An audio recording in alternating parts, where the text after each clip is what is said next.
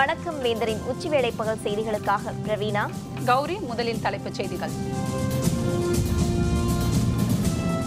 தஞ்சை திருவாரூரில் காவிரி வல்லுநர்கள் குழு ஆய்வு. வரும் 17ஆம் தேதி உச்சநீதிமன்றத்தில் அறிக்கை தாக்கல்.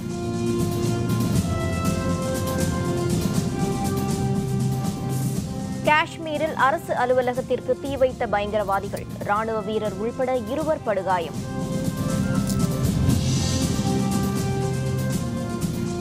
முதல்வர் ஜெயலலிதா உடல்நிலை தொடர்பான வதந்திகளை பரப்ப வேண்டாம். மத்திய அமைச்சர் வெங்கையா நாயுடு வேண்டுகோள்.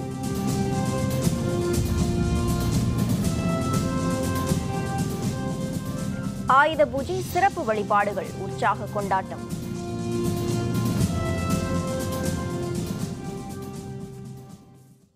தமிழகத்தின் டெல்டா மாவட்டங்களில் இன்று ஆய்வு மேற்கொண்டுள்ள காவிரி வல்லுநர்கள் குழு தனது அறிக்கையை வரும் 17ஆம் தேதி உச்சநீதிமன்றத்தில் தாக்கல் செய்கிறது.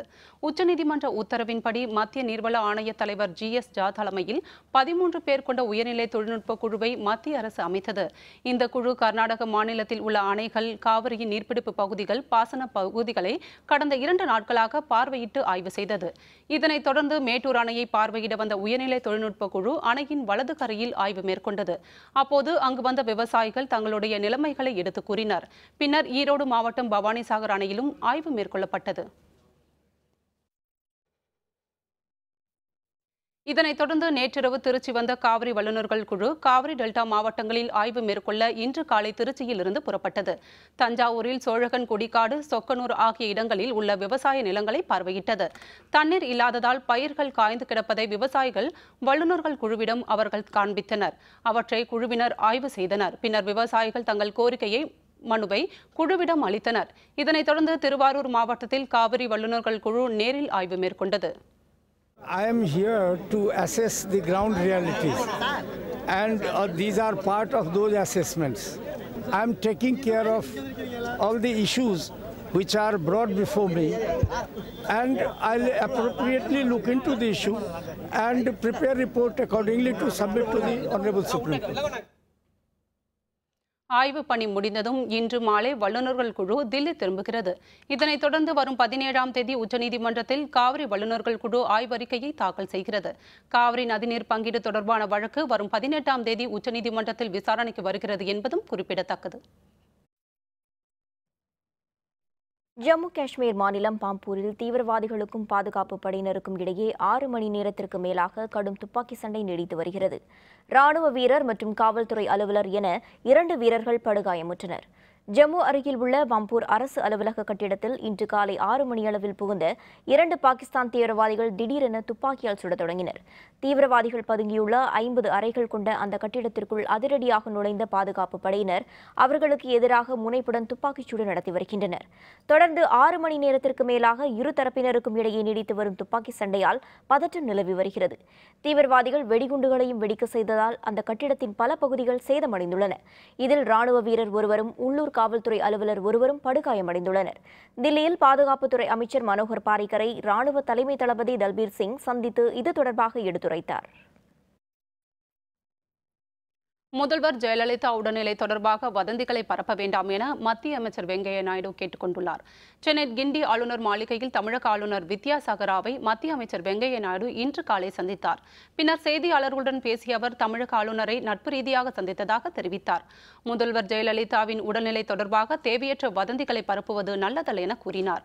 துணை முதல்வர் தேவையா என்பதை அதிமுக தான் முடிவெடுக்க வேண்டும் என்றும் வெங்கையா நாயுடு குறிப்பிட்டார்.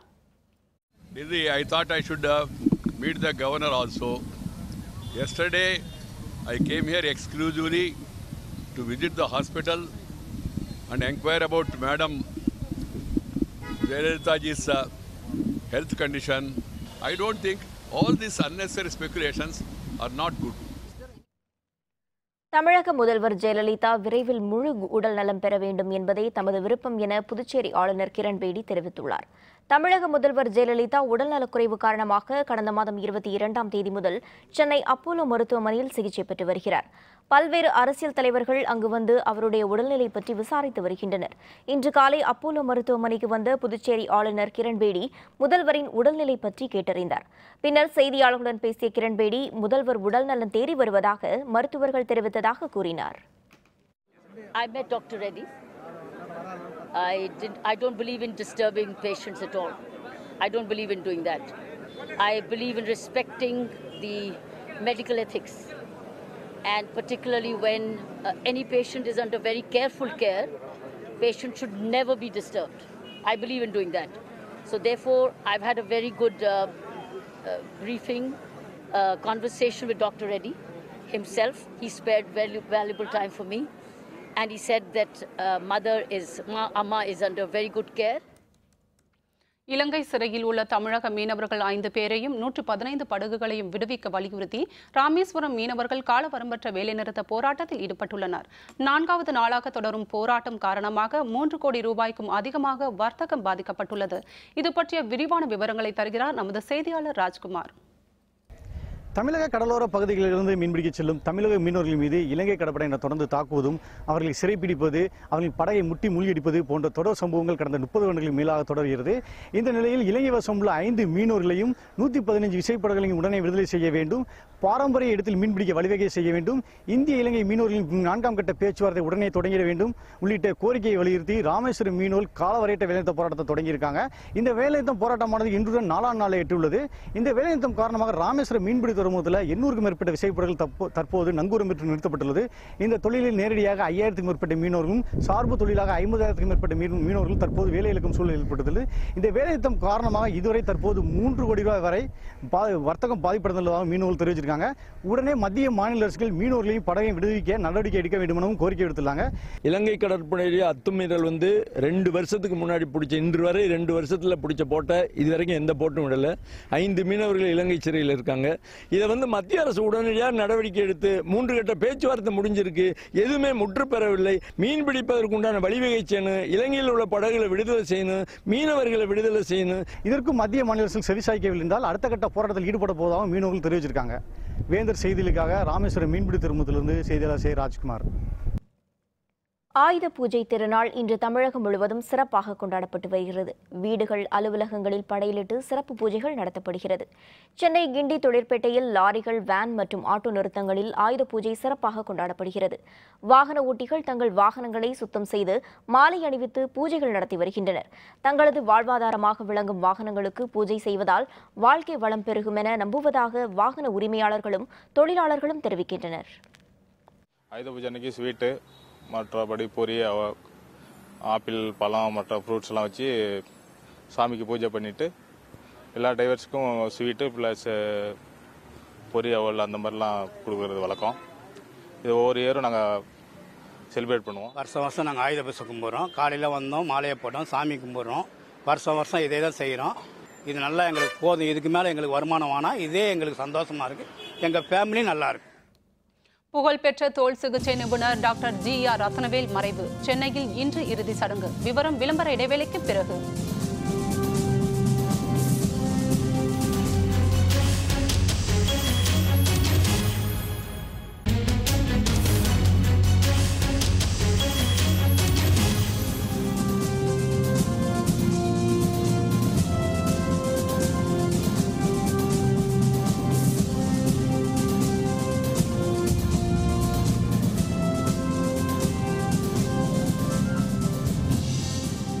செய்திகள் தொடர்கின்றன. சென்னையை சேர்ந்த புகழ்பெற்ற தோல் சிகை மற்றும் அழகு கலை வல்லுநரான டாக்டர் GR ரத்னவேல் காலமானார். அவருக்கு வயது 48. திருச்சியில் காலமான அவருடைய உடல் இன்று பிற்பகல் சென்னை பழைய வண்ணாரப்பேட்டையில் உள்ள அவருடைய இல்லத்திற்கு எடுத்து வரப்படுகிறது. இறுதி அஞ்சலி செலுத்திய பின் இன்று மாலை காசிமேடு மயானத்தில் இறுதி சடங்கு நடைபெறுகிறது. தமிழகத்தில் தோல் சிகிச்சையில் புகழ்பெற்ற டாக்டர் GR ரத்னவேல் தோல் நோய்சார் கருத்தரங்கில் பங்கேற்பதற்காக வெள்ளிக்கிழமை திருச்சி சென்றிருந்த டாக்டர் ரத்னவேல் பின்னர் தன் நண்பருடன் திருச்சி மலைக்கோட்டை கோயிலுக்கு சென்றிருக்கிறார். மலைக்கோட்டையில் திடீரென தடுமாறி கீழே விழுந்து நினைவிழந்த டாக்டர் ரத்னவேலை அவருடைய நண்பர்கள் உடனடியாக தனியார் மருத்துவமனைக்கு கொண்டு சென்றனர். பரிசோதனையில் மூளையில் இரத்த கசிவும் தொடர்ந்து மூளைச்சாவு நிலை ஏற்பட்டுள்ளதாகவும் அறியப்பட்டது. இதைத் தொடர்ந்து அவருக்கு தீவிர சிகிச்சை அளிக்கப்பட்டு வந்தது. எனினும் சிகிச்சை பலனின்றி டாக்டர் ரத்னவேல் உயிர் பிரிந்தது. மறைந்த டாக்டர் GR ரத்னவேலுக்கு நெல்லையில் பணிபுரியும் டாக்டர் கலையரசி என்ற மனைவியும், அவினாஷ் சி மகாராஜ் என்ற மகனும், ஆர்த்தி என்ற மகளும் இருக்கின்றனர். சென்னையில் MBBS முடித்த டாக்டர் GR ரத்னவேல் பின்னர் MD படிப்பையும் முடித்தார். சென்னை அரசு ஸ்டான்லி மருத்துவக் கல்லூரி மருத்துவமனையில் மருத்துவர் மற்றும் பேராசிரியராக பணியாற்றி வந்த டாக்டர் ரத்னவேல் தோல் மருத்துவத்துறை தலைவராகவும் இருந்தார். மகன் அவினாஷ் பெயரில் சென்னை பழைய வண்ணார்பேட்டையில் சிறிய மருத்துவமனை ஒன்றை தொடங்கிய அவர் பின்னர் படிப்படியாக பல்வேறு உயர்நிலைகளுக்கு முன்னேறினார். சென்னையிலும் மதுரை, கோவை நகர்களிலும் பல்வேறு தனியார் மருத்துவமனையில் சிறப்பு மருத்துவராகவும் ஆலோசகராகவும் இருந்து சுமார் 20 ஆண்டுகளுக்கும் மேலாக மருத்துவ சேவை புரிந்தவர். தோல் மற்றும் சிகை மற்றும் அழகுக்கலை மருத்துவத்தில் பல்வேறு புதிய விஷயங்களையும் புதிய சிந்தனைகளையும் அறிமுகம் செய்தவர் டாக்டர் ரத்னவேல். அகில இந்திய அளவில் அழகுக்கலை மருத்துவத்தில் சிறந்த மருத்துவராக 9 ஆண்டுகளாக ரத்னவேல் தெரிவு செய்யப்பட்டிருக்கிறார். மேலும் எண்ணற்ற பல விருதுகளையும் அவர் பெற்றுள்ளார். சாதாரண மக்களுக்கு புரியும் வகையில் நோய் பிரச்சனைகளையும் மருத்துவத்தையும் எடுத்துரைப்பதில் திறமையானவர் டாக்டர் ரத்னவேல். பல்வேறு தொலைக்காட்சிகளில் நேரலையில் மக்களின் கேள்விகளுக்கு மருத்துவ ஆலோசனைகளை வழங்கி வந்த ரத்னவேல் வேந்தர் டிவி தொடங்கியதிலிருந்து 2 ஆண்டுகளுக்கும் மேலாக ஹலோ டாக்டர் நேரலை நிகழ்ச்சியில் மருத்துவ ஆலோசனைகளை வழங்கி வந்தார். தோல், சிகை மற்றும் அழகுக்கலை தொடர்பான நேரலையில் சிக்கலான கேள்விகளுக்கு கூட நகைச்சுவை ததும்ப உறவினர்களுடன் பேசுவதைப் போலவே நெருக்கமாக பதிலளித்து மக்கள் மத்தியில் எண்ணற்ற ரசிகர்களையும் பெற்றிருந்தவர் டாக்டர் ரத்னவேல். Hello doctor. சொல்லுடாம்மா. சார் எனக்கு கண்ணை சுற்றி கருவனை இருக்கு சார். அப்படியாம்மா? ஆமா சார். சரிம்மா. எனக்கு காலில் சார் சைடில் ஒரு மாதிரி பிளாக்கா வந்தது. கரப்பான் காலம்பூரா இருப்பான், வருவான் போவான், கழுத்தை அறுப்பான். ஃபேஸ் பிம்பிள்ஸ் வருதுங்க சார். பருவத்துல வந்தா தான் அது பருவ, பருவத்துல வரக்கூடாது அப்படின்னு சொன்னா அது பருவ இல்ல. கிளவியான பிறகு பருவ வர முடியுமா? இன்னும் பல ஆண்டு காலம் வாழ்ந்து மருத்துவத்துறையில் மேலும் பல சாதனைகளை புரிந்திருக்க வேண்டிய டாக்டர் ரத்னவேலின் மறைவு மருத்துவ உலகிற்கும் மக்களுக்கும் ஈடு செய்ய முடியாத இழப்பு.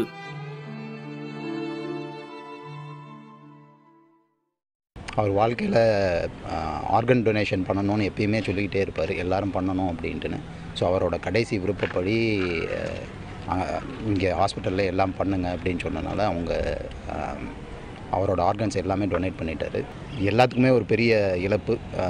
Family, friends, lot of professional people. அவருடைய ஆசையின்படி அவருடைய உறுப்புகள் தானத்துக்கு நாங்கள் சம்மதித்து கொடுத்திருக்கிறோம். இதில் ரொம்ப அரிதான விஷயம் என்னவென்றால் சமீபமாக ஆரம்பித்த தோல் வங்கிக்கு அவருடைய தோலையே கொடுத்து அநேகமாக ஒரே நிகழ்ச்சியாக இருக்கும் என்று நினைக்கிறேன்.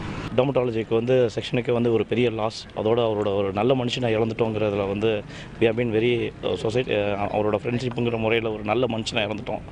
So we have been very ஒரு கஷ்டமான விஷயமா இருக்குது. ஸோ இதை சொல்கிறத தவிர வேறு ஒன்றும் சொல்கிறதுக்கு இல்லை சார். மூளை சாவுற்ற நிலையில் டாக்டர் ரத்னவேலின் முக்கிய உடல் உறுப்புகள் தானமாக வழங்கப்பட்டன. இதயம், கல்லீரல், சிறுநீரகம், கண்கள் ஆகியவை தேவைப்படுவோருக்கு பொருத்துவதற்காக வழங்கப்பட்டன. தான் பணிபுரிந்த சென்னை ஸ்டான்லி அரசு மருத்துவமனையில் நாட்டிலேயே முதல் முறையாக டாக்டர் ரத்னவேலின் முன்முயற்சியில் தோல் வங்கி ஒன்று தொடங்கப்பட்டது. இந்த வங்கிக்காக டாக்டர் ரத்னவேலின் தோலின் ஒரு பகுதியும் கொடையாக அளிக்கப்பட்டது.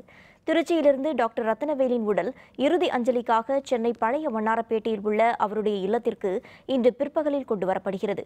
பொதுமக்களின் அஞ்சலிக்கு பிறகு இன்று மாலை காசிமேடு மயானத்தில் அவரது உடல் தகனம் செய்யப்படும் என அவரது குடும்பத்தினர் தெரிவித்துள்ளனர்.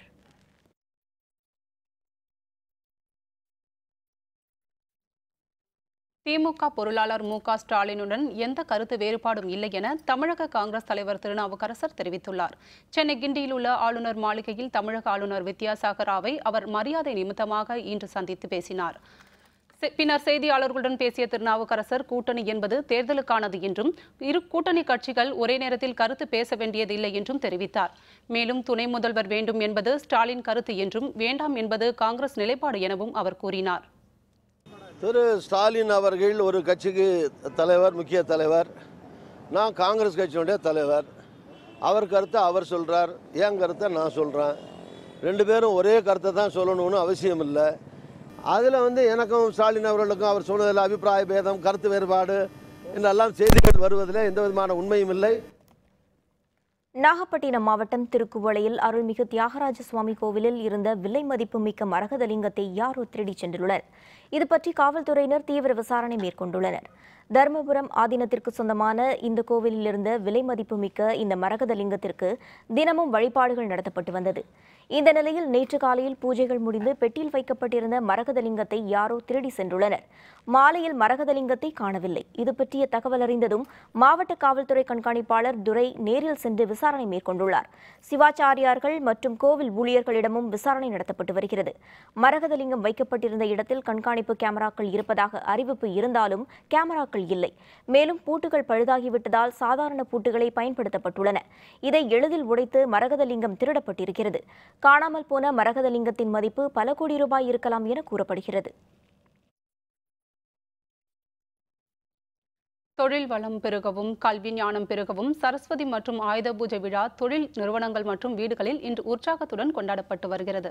மதுரையில் உள்ள சிறு மற்றும் நடுத்தர தொழில் நிறுவனங்களில் இன்று அதிகாலை முதலே எந்திரங்களை துடைத்து சந்தனம், குங்குமம் இட்டு பொறி, அவல், பழங்கள், சுண்டல் வைத்து பூஜை செய்தனர். செய்யும் தொழிலை தெய்வமாக வணங்கி ஆயுத பூஜையை கொண்டாடி வருவதாக தொழில் நிறுவன உரிமையாளர்களும் தொழிலாளர்களும் தெரிவித்தனர். ஆயுத பூஜை வருஷம் நல்லபடியாக கும்பிடுவோம். எங்கள் கம்பெனி மீனாட்சி இன்ஜினியரிங் எங்கள் தொழிலாளிகள் எல்லாரையும் வச்சு அவங்க திருப்திக்காகவும் எங்களோட திருப்திக்காகவும் அம்மாவுடைய திருப்திக்காகவும் நல்லபடியாகவும் சிறப்பாகவும் கொண்டாடுவோம் அந்த ஆயுத பூஜை. நம்ம தொழில் செய்கிற ஆயுதத்தை வந்து தெய்வமாக நினச்சி கும்பிட்றோம். வருஷம் கும்பிட்றோம். இந்த வருஷம் வந்து நல்லா சிறப்பாக கும்பிட்டுருக்கோம். ஆயுதங்களை வச்சு தான் விவசாயம் தொழில் எல்லாமே பெருகிறது. வருஷம் பூரா ஆயுதத்தை வச்சு நம்ம உபயோகப்படி நல்லா சம்மதிக்கிறோம். அந்த ஆயுதத்துக்கு ஒரு நாள் பூஜை பண்ணணும், அந்த ஆயுதத்துக்கு நன்றி சொல்லணும். கடவுளுக்கு சொல்கிற மாதிரி அந்த ஆயுதத்துக்கு நன்றி சொல்கிறது தான் இந்த ஆயுத பூஜை. தருமபுரி மாவட்டத்தில் ஆயுத பூஜையொட்டி பூக்களின் விலை உயர்ந்துள்ளதால் விவசாயிகள் மகிழ்ச்சி அடைந்துள்ளனர். தருமபுரி மாவட்டத்தில் மாரண்டஹள்ளி, பாலக்கோடு, பாப்பிரெட்டிப்பட்டி, தொப்பூர் உள்ளிட்ட பகுதிகளில் பல ஏக்கர் பரப்பளவில் மஞ்சள் சாமந்தி, வெள்ளை சாமந்தி, செண்டுமல்லி, கோழிக்கொண்டை உள்ளிட்ட பூக்கள் அதிக அளவில் சாகுபடி செய்யப்பட்டுள்ளன. தருமபுரி சந்தைக்கு விவசாயிகள் கொண்டு வரும் பூக்களை கர்நாடக வணிகர்கள் மொத்தமாக வாங்கி செல்வது வழக்கம். காவிரி பிரச்சினை காரணமாக 30 நாட்கள் கர்நாடகத்துடன் போக்குவரத்து இல்லாத காரணத்தால் பூக்கள் விற்பனை மந்தமாக இருந்தது. இந்நிலையில் தற்போது மீண்டும் போக்குவரத்து தொடங்கியதுடன் ஆயுத பூஜை என்பதால் கர்நாடக வணிகர்கள் பூக்களை வாங்கி செல்கின்றனர். இதனால் பூக்களின் விலை கணிசமாக உயர்ந்துள்ளது. இதேபோல் ஆயுத பூஜைக்கு தேவையான பொறி, பழங்கள் மற்றும் அலங்கார பொருட்களின் விற்பனையும் அதிகரித்துள்ளது. முன்ன வாரம்லாம் வந்து பார்த்தீங்கன்னா சாமந்தியெல்லாம் 60 ரூபா போச்சு. இந்த வாரம் 250 ரூபா போகுது. செண்டு மல்லி 7 ரூபா 5 ரூபாய்க்கு கூட ஃபஸ்ட்டு பூவே கேட்கறதுக்கு ஆள் இல்லை. இன்றைக்கி வந்து பார்த்தீங்கன்னா 80 ரூபா 90 ரூபா போகுது. ஓரளவுக்கு மக்களுக்கு வந்து மன திருப்தியோடு இந்த ஒரு வாரம் மட்டும் நல்லா இருக்குது. விவசாயிகளுக்கு மகிழ்ச்சியாக இருக்கிறாங்க. 3 நாள் நல்ல சேல்ஸ், நல்ல மார்க்கெட்டில் வந்து இது கம்பல்சரி ஒவ்வொரு சின்ன கடைக்காரங்க கூட வாங்கி கம்பல்சரி கடையை சுத்தம் பண்ணிவிட்டு பூசப்பட ஆரம்பிச்சுடுவாங்க. இன்றைக்கி வந்து இன்றைக்கி தான் மெயின் சேல்ஸ். வியாபாரமே இன்றைக்கி தான் நல்லாயிருக்கும். எல்லா கடையும் இன்றைக்கி தான் பூச போடுவாங்க. இது டோட்டலாக எல்லா இடத்துலையுமே நல்ல வியாபாரம். விருதுநகர் மாவட்டம் அருப்புக்கோட்டையில் ஸ்ரீ சௌடாம்பிகா திருக்கோவிலில் நவராத்திரி திருவிழாவை முன்னிட்டு மகிஷாசுரனை வதம் செய்யும் நிகழ்ச்சி நடைபெற்றது. அருப்புக்கோட்டை ஸ்ரீ சௌடாம்பிகா அம்மன் கோவிலில் 107ஆம் ஆண்டு நவராத்திரி விழா கடந்த வாரம் கொடியேற்றத்துடன் தொடங்கியது. ஒவ்வொரு நாளும் அம்மன் வெவ்வேறு அலங்காரத்துடன் உலா வந்து பக்தர்களுக்கு காட்சியளித்தார். 8ஆம் நாள் திருவிழாவின் முக்கிய நிகழ்ச்சியான மகிஷாசுரனை வதம் செய்யும் அம்மன் சிவசங்கர விநாயகர் கோலத்தில் பல்லக்கில் ஊர்வலமாக வந்தார். பின்னர் காசு கடை தெருவில் மகிஷாசுரனை வதம் செய்யும் நிகழ்ச்சி நடைபெற்றது. இந்த நிகழ்ச்சியை ஏராளமான பக்தர்கள் கண்டுகளித்தனர். பின்னர் நடைபெற்ற சிறப்பு ஆராதனையில் அம்மனை வழிபட்டனர்.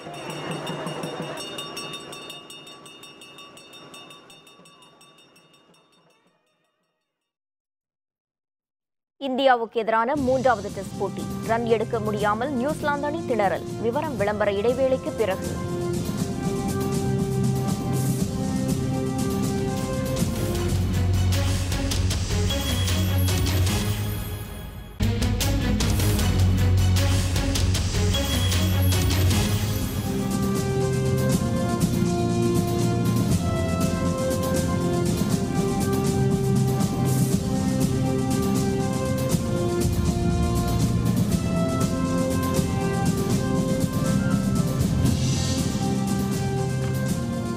செய்திகள் தொடர்கின்றன. இனி அயலக செய்திகள்.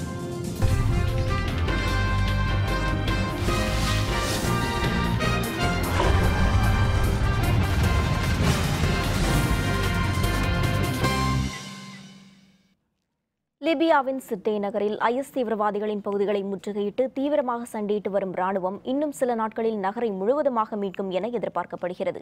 லிபியாவில் ஐஎஸ் தீவிரவாதிகள் கைப்பற்றிய பகுதிகளை மீட்கும் வகையில் அமெரிக்க படைகள் உதவியுடன் ராணுவம் தொடர்ந்து சண்டையிட்டு வருகிறது. சிட்டே நகரை முழுமையாக மீட்க ராணுவம் பல்வேறு கட்ட முயற்சிகளை மேற்கொண்டுள்ளது. எனினும் தீவிரவாதிகளின் தற்கொலை தாக்குதல் காரணமாக ராணுவத்தினரின் நடவடிக்கையில் தொய்வு ஏற்பட்டது. இதனிடையே மீண்டும் தாக்குதலை தீவிரப்படுத்தியுள்ள ராணுவம் ஐஎஸ் தீவிரவாதிகளின் கட்டுப்பாட்டில் உள்ள ஒவ்வொரு கட்டிடங்களாக மீட்டு வருகிறது. இதனால் ஐஎஸ் தீவிரவாதிகளுக்கு பின்னடைவு ஏற்பட்டுள்ளது. மனாரா பகுதியில் முன்னேறி செல்லும் ராணுவம் இன்னும் சில நாட்களில் நகரை முழுவதுமாக கைப்பற்றும் என எதிர்பார்க்கப்படுகிறது.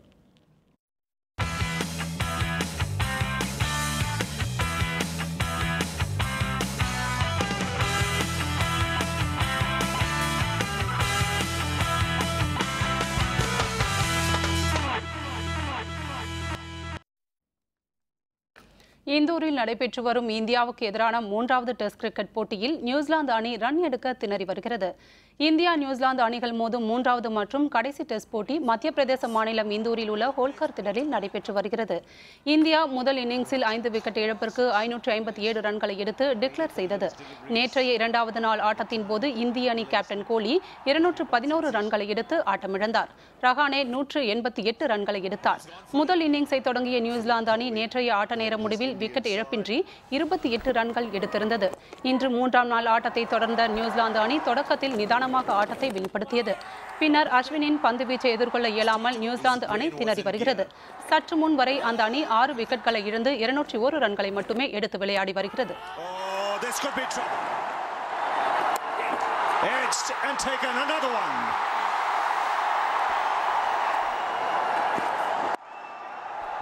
Oh, good shot. Nicely played. Vijay will cut it off. 19வது தேசிய சாம்பியன்ஷிப் காற்பந்தயத்தின் 16வது சுற்று போட்டிகள் கோயம்புத்தூரில் நடைபெற்றது. இதில் பங்கேற்ற வீரர்கள் மின்னல் வேகத்தில் காரை இயக்கிய காட்சி பார்வையாளர்களை வெகுவாக கவர்ந்தன. JK டயர்ஸ் நிறுவனத்தின் சார்பில் காற்பந்தய சுற்றுகள் நாடு முழுவதும் நடைபெற்று வருகிறது. இதன் 16வது சுற்று கோயம்புத்தூர் செட்டிப்பாளையம் பகுதியில் உள்ள கரி மோட்டார் பந்தய வளாகத்தில் நடைபெற்றது. இதில் பல்வேறு மாநிலங்களைச் சேர்ந்த 50க்கும் அதிகமான வீரர்கள் பங்கேற்றனர். இந்த போட்டியில் சென்னையை சேர்ந்த வீரர்களான விஷ்ணு பிரசாத்துக்கும் ராகுல் ரங்கசாமிக்கும் இடையே கடும் போட்டி நிலவியது. எனினும் பந்தய தொலைவை முதலில் கடந்து விஷ்ணு பிரசாத் வெற்றி பெற்றார். இதனிடையே காற்பந்தயத்தில் உலக சாதனை படைத்த பிரிட்டன் வீரர் டெரி கிராண்ட் 2 சக்கரத்தில் காரை இயக்கிய சாகச காட்சிகள் பார்வையாளர்களை வெகுவாக கவர்ந்தன.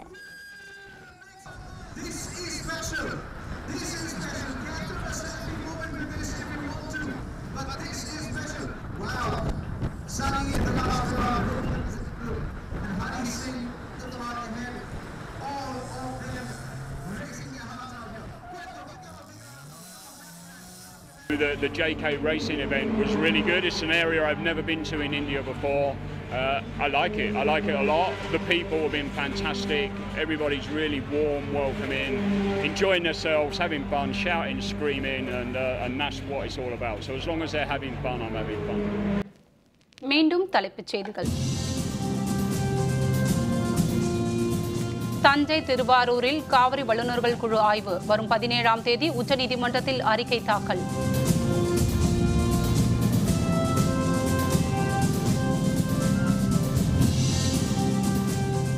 காஷ்மீரில் அரசு அலுவலகத்திற்கு தீ வைத்த பயங்கரவாதிகள். ராணுவ வீரர் உள்பட 2 படுகாயம்.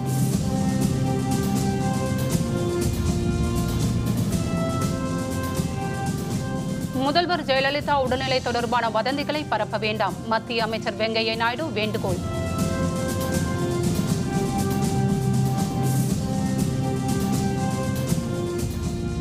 ஆயுத பூஜை சிறப்பு வழிபாடுகள் உற்சாக கொண்டாட்டம்.